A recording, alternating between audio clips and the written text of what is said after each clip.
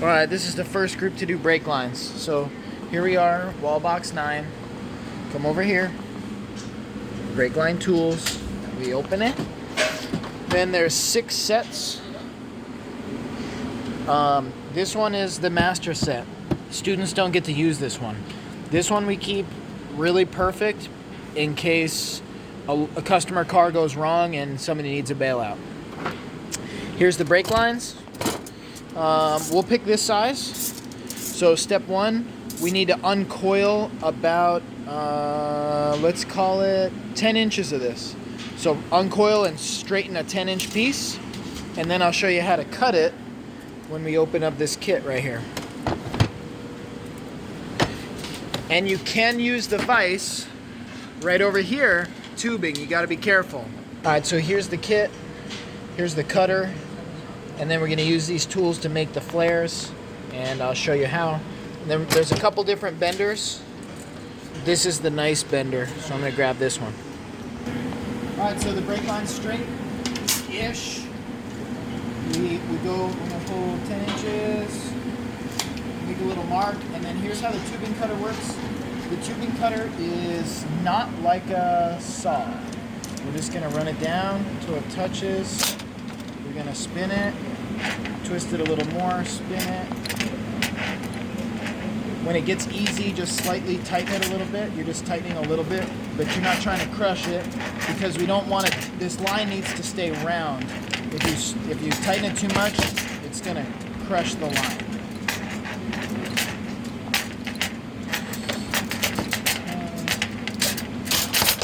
So, next step, and that should be 10. These need to be square and cleaned up, so you can do 2 things. You could use this little janky file, or RJ, you know where the files are in your box? We'll get the nice flat one. Check out what I'm doing. Zoom in nice and tight here. I'm going to try to square this up really good. But you see that file is going to be better.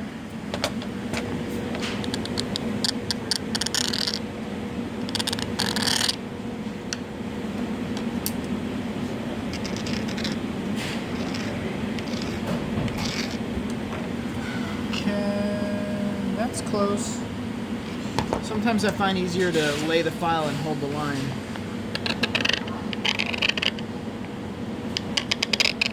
Both sides.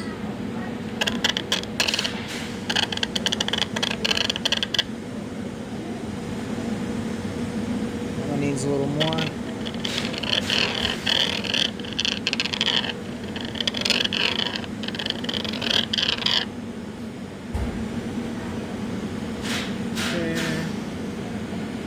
They're getting decent. Next thing, we need to deburr in here. So this little triangle will go in. Try to get so you can zoom in a little. Let's see it. See how to zoom? Just go. All right, ready? Find me.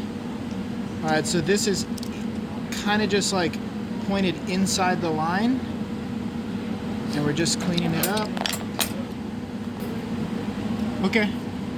Yeah, just chuck it right in there. You always try to put this in those SSD cabinets? No, not for now. Yeah, sure, actually, that's fine.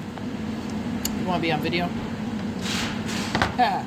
Okay, so now we got our line.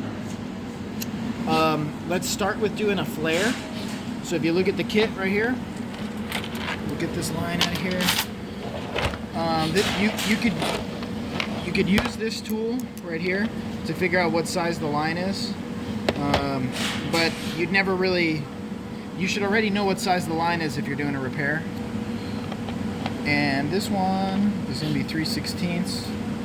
So what we need to do is we need to fit this line in that little 3/16 hole. Thread it in there. Loosen it a little bit. And if you really want, you can flip this open, and that'll really open it up. That's pretty nice. Swing this over, loosen it. Right, and now we got to clamp the line in there, but there's an important step. Go down here to where the little dies are, and you pick this up, set it up on here, and then from a perfect side view, we need to level it with that. Okay, hold still. All right, you see the line right there? So we're leveling it with that first little shelf on the die.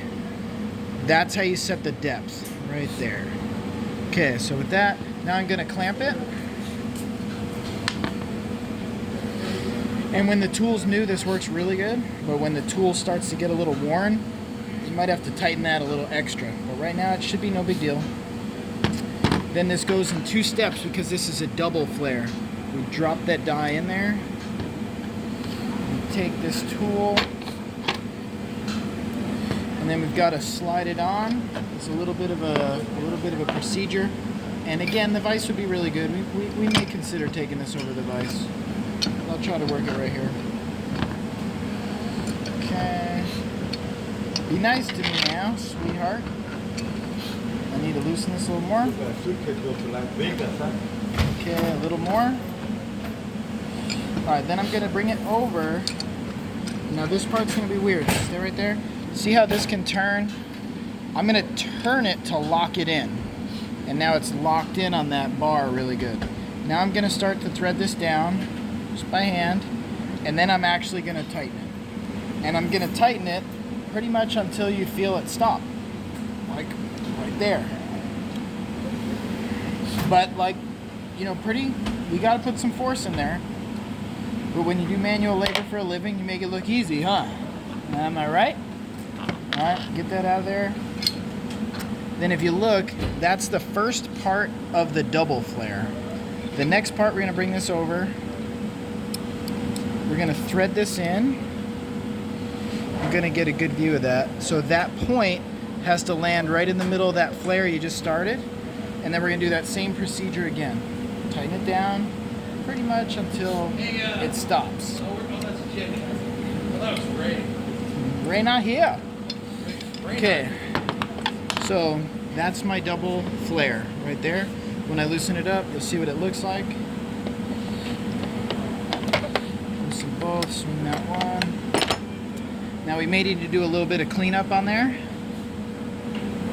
but that's overall gonna work. That surface in there is the one that's gonna seal to the caliper or the line or whatever. This surface right here would actually get a fitting slid on.